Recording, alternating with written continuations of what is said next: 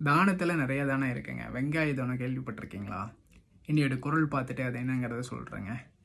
விசும்பின் துளிவிலின் அல்லால் மற்று ஆங்கே பசும்புல் தலைக்காண்பு அரிது அப்படிங்கிறத என்னோட குறள். இதோட விளக்கம் என்ன கேட்டிங்கன்னா, ஆகாயத்திலிருந்து மழை வரவில்லை என்றால் பசும்புல் கூட முளைக்காது. அதாவது மழை வரலன்னா புல் கூட முளைக்காது. அப்புறம் எப்படி நீ விவசாயம் பண்ணுவேன்? சோறு திம்ப, எனர்ஜி எல்லாமே இல்லை, எதுவுமே இருக்காது அப்படிங்கிறது தான் இதோட பொருள். ஓகேங்களா? சரி, அது என்னடா வெங்காய தானம் அப்படின்னு கேட்குறீங்க. அது ஒரு சின்ன ஒரு கதையாக சொல்லிடுறேன் குயிக்காக.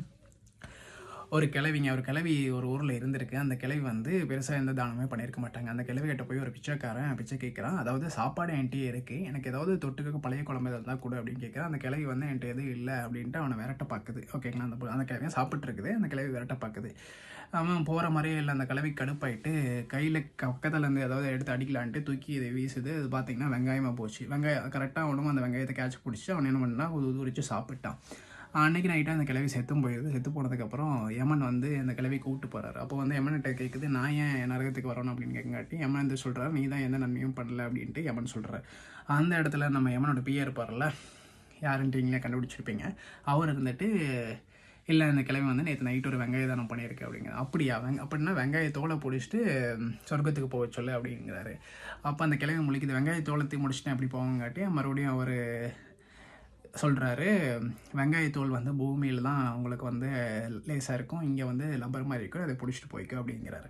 ஸோ அந்த கிழவி என்ன பண்ணதுன்னா வெங்காயத்தோலை பிடிச்சிட்டு பறந்து சொர்க்கத்துக்கு போயிட்டு இருக்குது.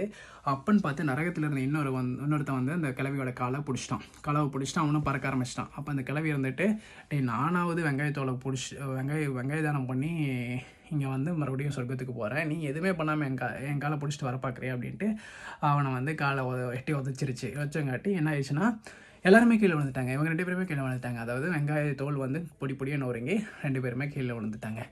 அப்போ தான் கீழே வந்ததுக்கப்புறம் தான் இப்போ அந்த யமனோட பிஏ நினைக்கிறாரு, அட சண்டாளா, நீ பூலோகத்தில் இருக்க வரைக்கும் தான் திருந்தலை, வெங்காயத்தை வச்சு உன எஸ்கேப் பண்ணி விடலான்னு பார்த்தா நீ இங்கே வந்து திருந்தா வைக்கிறியே அப்படின்ட்டு, நீ இங்கே கடை அப்படின்ட்டு அவர் போயிடுறாரு.